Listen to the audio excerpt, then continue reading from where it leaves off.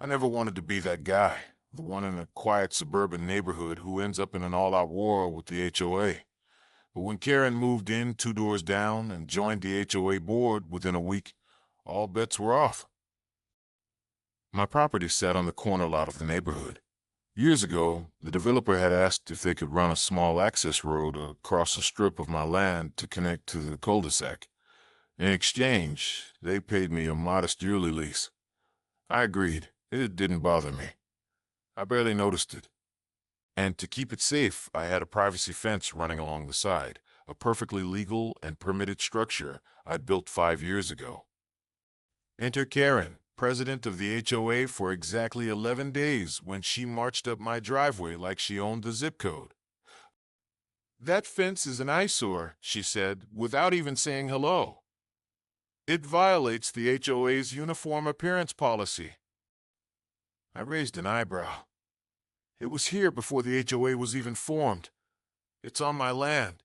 It's grandfathered in and legally permitted by the county. Karen smirked.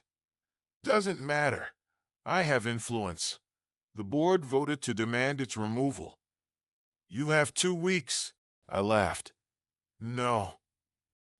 She handed me a cease and desist order printed off the internet. I told her politely, and then not so politely, to leave my property. Over the next week, I received daily fines in the mail from the HOA, $50, then $100, then $500. Karen even put up a community post claiming I was a security risk for refusing to comply. She had no idea who she was messing with. See, that little access road the HOA loved so much, the one connecting the only entrance to Karen's part of the neighborhood? It's on my land, and I still own the deed. So I made a call, and a bond, balaga, bag, mine's preg. Mine courses a line, or letters, multiple where breeze of that term had a team come out, and by Monday morning, a new wrought iron gate was installed across the access road. I put up a sign, private road, no HOA access without written permission. Karen absolutely lost her mind. She came stomping up again, fuming. "You can't block our street. That's illegal." I calmly handed her a certified copy of the land survey and the road lease termination paperwork. "I can," I said. "The lease ended last month. I chose not to renew."